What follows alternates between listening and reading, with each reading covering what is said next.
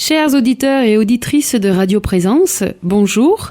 Bonjour Armand à la technique. Bonjour Mathilde, bonjour tout le monde. Bonjour Gabriel qui nous parle depuis le nord de la France. Bonjour à toutes et à toutes. Alors aujourd'hui, Gabriel est avec nous pour une deuxième émission concernant sa musique, son parcours, ce qu'il a fait. Je le remercie d'avance puisqu'il a bien voulu prendre le temps de nous répondre. Alors, dans cette deuxième émission, nous allons plutôt nous concentrer cette fois-ci sur la partie composition de Gabriel Lenoir, car en effet, il est musicien, il est danseur, il en a fait sa profession, mais nous n'avons pas encore parlé de ses compositions. Alors Gabriel, je vous laisse présenter votre parcours en composition. Oui, alors, donc moi la musique que je joue, c'est de la musique traditionnelle, et c'est vrai que quand on pense à la musique traditionnelle, on pense aux musiques du passé, et on se rend pas compte que c'est une musique qui est réinterprétée toujours, et qui, le principe de la musique traditionnelle, c'est de jouer des compositions de gens qui n'ont pas forcément pris la peine de dire qui c'était. Et donc on joue des airs, on ne sait pas qui les a fait. Et puis aujourd'hui, les musiques traditionnelles qui sont jouées, il y en a beaucoup qui ont été composées par des musiciens actuels, qui eux ont dit que c'est eux qui les ont faits, qui cherchent et qui créent sur cette matière. Donc moi j'ai fait ça aussi, petit à petit. C'est-à-dire que j'ai commencé par apprendre les airs des anciens ou des musiciens qui m'entouraient ou les compositions d'autres gens. Et puis au bout d'un moment, il y a toujours un moment où on se dit mais cette chose que j'aurais envie d'entendre, peut-être que j'essaye de la chercher ailleurs, mais peut-être qu'elle est juste pas encore sortie. Et c'est un peu ce que je pense au niveau des compositions, c'est que c'est des choses qui pourraient exister, c'est des espèces de potentiel, et il faut juste prendre le temps de se demander mais en fait c'est quoi que j'ai vraiment envie d'entendre là et que j'ai pas encore vraiment entendu. Alors en musique traditionnelle, une petite précision, c'est que souvent les compositeurs, et Gabriel va me le confirmer, s'appuient sur un type de danse, un rythme qui est déjà un petit peu prédéterminé, sur lequel il va amener ses propres notes et ses propres harmonies. Gabriel ? Oui, ça peut se passer dans tellement de sens. C'est-à-dire que des fois, on a un air dans la tête et on va se rendre compte que c'est une valse. Donc c'est une mazurka, une scottish ou une bourrée. D'autres fois, on se dit j'ai envie de danser la bourrée d'une certaine manière et pour ça, il me faudrait une musique comme ça. Et donc, on invente de cette manière-là. Quelquefois, moi, je crois assez fort aux compositions de danse aussi. C'est-à-dire qu'on pense qu'aux compositions, on pense toujours à de la musique. Mais je pense qu'il y a des évolutions de danse qui peuvent être vraiment pensées comme des créations. Et que là où on est très inventif en musique traditionnelle, en danse traditionnelle, on a tendance à rester dans des schémas qui sont établis. Il y a des libertés individuelles, mais la création de danse, ça existe aussi. Il y a des choses qui se font. Donc le propre de la création, c'est que ça part dans tous les sens. Et en tout cas, moi, c'est ce que j'aime. D'accord. Donc nous allons écouter une de vos créations.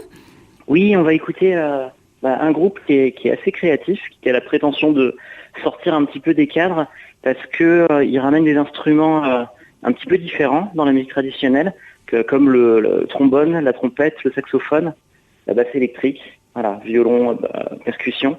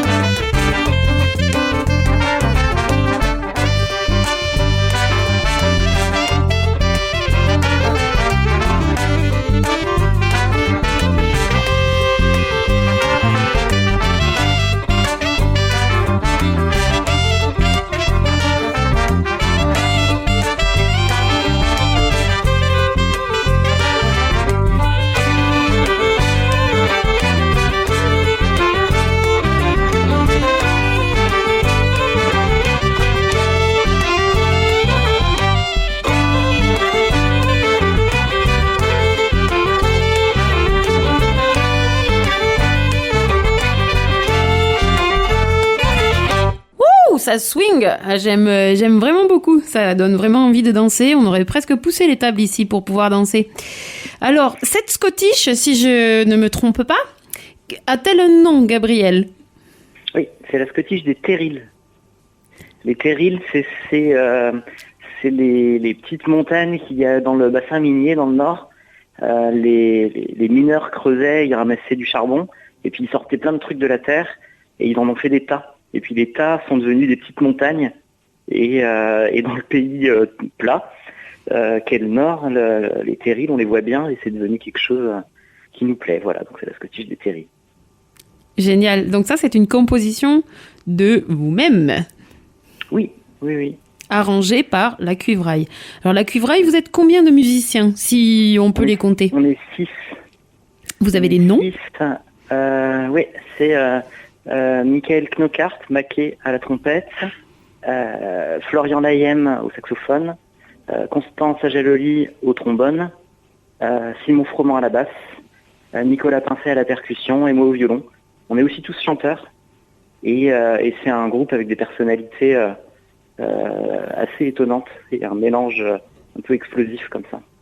Oui, ça fait un sacré mélange. C'est rare de voir des cuivres déjà en bal traditionnel. Hein. C'est quelque chose de non seulement osé et nouveau. J'aime beaucoup. Du coup, ils viennent plutôt de quel type de musique? Quel est leur parcours et donc leur richesse, je dirais? Oui, alors ce que vous dites sur le fait que on n'entend pas souvent de cuivre, ça me renvoie à ce qu'on a dit juste avant sur les compositions. Oui. Parce que c'est exactement le même cheminement. Il y a un moment où je me suis dit, j'avais une carte blanche en 2014, et je me suis dit, j'adore les cuivres, j'ai envie d'un groupe de bal dans lequel on a des cuivres. Et donc j'ai cherché un peu autour, et je me suis rendu compte dans ce qui existait, il n'y avait rien qui correspondait à ce dont j'avais envie. Donc j'ai réuni des musiciens en leur disant, voilà ce que j'ai dans la tête, est-ce que vous me suivez? Et c'est des musiciens qui venaient pas mal du groove, du funk, du jazz, voire des musiques actuelles en général, pour le percussionniste. Et voilà, et du coup c'est ce mélange. Donc la cuivraille, c'est du coup la fusion de tous ces musiciens qui se retrouvent dans un univers. Et moi ce que j'aime vraiment particulièrement dans la fusion, c'est quand chaque musicien se retrouve à jouer ce qu'il sait faire et ce qu'il fait de mieux. Et pour moi c'est ce qui se passe dans la cuivraille, c'est-à-dire que chacun, avec son univers musical, essaie de trouver sa place au milieu de cet univers de danse trad et de musique traditionnelle, avec des modes un peu particuliers, avec des rythmiques particulières. Et ce qui est une belle aventure avec eux, c'est qu'en découvrant l'univers du bal et du bal folk, ils ont aussi découvert une autre écoute et une autre manière de recevoir la musique et d'échanger entre musiciens et public. Et ils sont tombés un petit peu amoureux de ça. Ils sont devenus, ils ont découvert ce plaisir que moi je connais depuis longtemps et que j'ai redécouvert à travers eux dans les bals et les concerts qu'on a pu partager ensemble. Effectivement, c'est ça qui est très intéressant, c'est qu'on ne demande pas aux musiciens qui viennent d'autres milieux d'oublier, en fait. L'important, c'est d'apporter sa propre richesse et puis ses propres connaissances pour pouvoir enrichir cette musique. Et comme je le disais à la première émission, à partir du moment où on arrête d'être contre un musicien qui est différent, contre la différence, mais qu'on l'accepte, finalement, ça enrichit. C'est bien plus intéressant que de dire non, mais la musique classique ou le jazz, c'est pas intéressant, nous on fait mieux ou on fait moins bien. Alors, dans ces fusions dans lesquelles vous avez été très fort, Gabriel, il me semble que vous avez eu un autre trio qui est aussi une fusion de personnalités et de musiciens complètement différents. Oui, ça c'était vraiment du concert. Et c'était un groupe qui s'appelait du coup Rococo Reisel Trio, qui a sorti un disque qui s'appelle Snar, ça veut dire corde en flamand.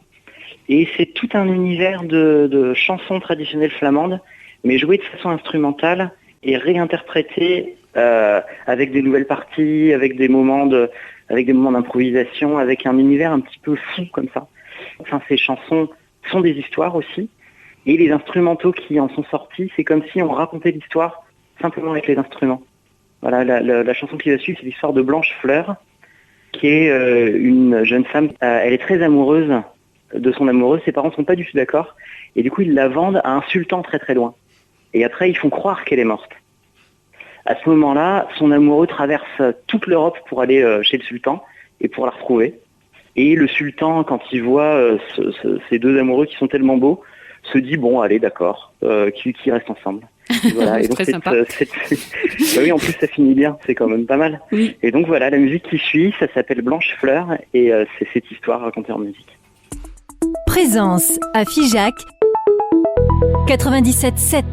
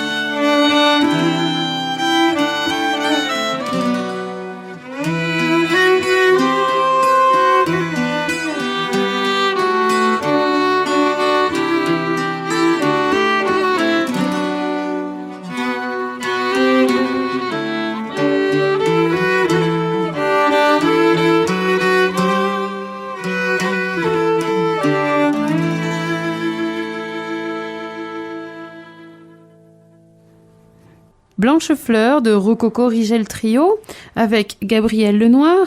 Là, on est vraiment sur de la musique effectivement de concert, hein, on sent bien la différence. Ça me fait quand même penser à à une espèce de danse, peut-être que je me trompe complètement, soit une danse d'Orient, soit une danse baroque. Est-ce que c'est le cas, Gabriel, ou est-ce que c'est mon imagination qui me fait ça? Bah, c'est un petit peu des deux. Je pense que c'est des évocations. Là, on est sur ce morceau, c'est un petit voyage, quoi. Donc après, on y trouve. Mais la rythmique la rythmique au violoncelle, à un moment donné, elle est sur une rythmique qui nous évoque un petit peu enfin, en tout cas, moi, ça m'évoque le chameau, enfin la marche du chameau. Exactement. Voilà, donc on est là-dessus. Et le thème d'origine, c'est une chanson qui date du XVIIIe siècle. Et donc cette chanson, enfin, on peut la situer dans ces zones-là. Elle a été collectée à la fin du XIXe et c'était déjà une chanson ancienne. Donc en fait, on est sur des tournures, voilà, de musique ancienne et qui nous renvoient dans ces imaginaires-là. Mais c'est vrai que là, on est vraiment dans des imaginaires. On n'est plus dans des structures, dans des rythmiques, c'est vraiment de l'évocation. C'est ce que j'aime bien dans ce groupe. Et les musiciens donc, que l'on a entendu jouer avec vous, qui sont-ils? C'est William Scott au violoncelle, Gérald Rigbourg à la mandole, et qui sont des musiciens voilà, qui sont de la génération au-dessus par rapport à moi.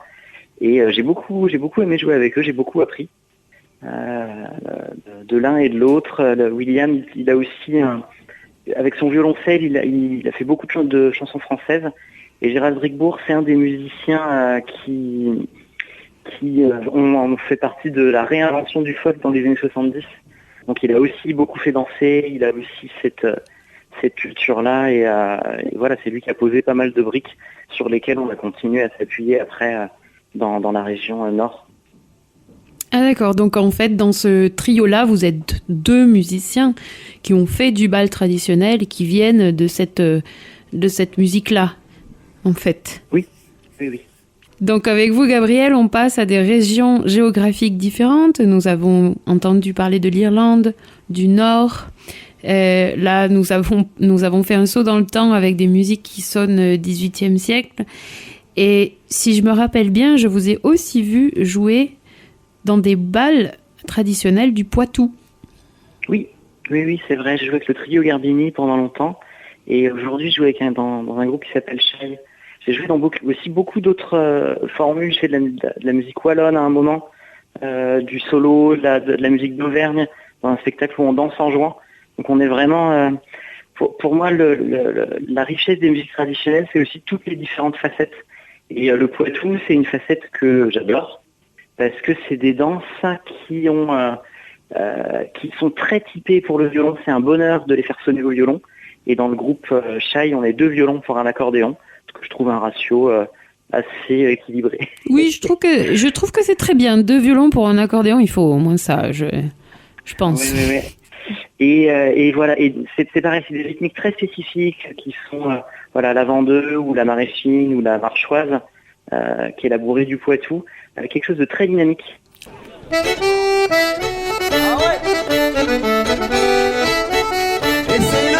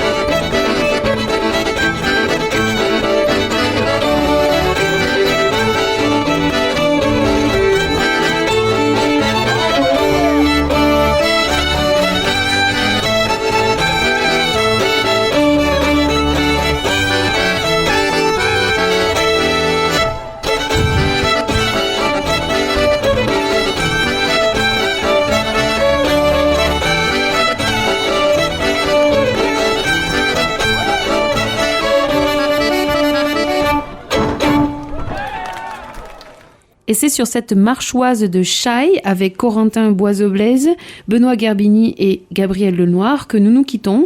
Merci énormément à Gabriel Lenoir qui a bien voulu répondre à notre interview. Merci Mathilde, merci toute l'équipe. Merci à Armand à la technique et à bientôt sur les ondes de Radio Présence.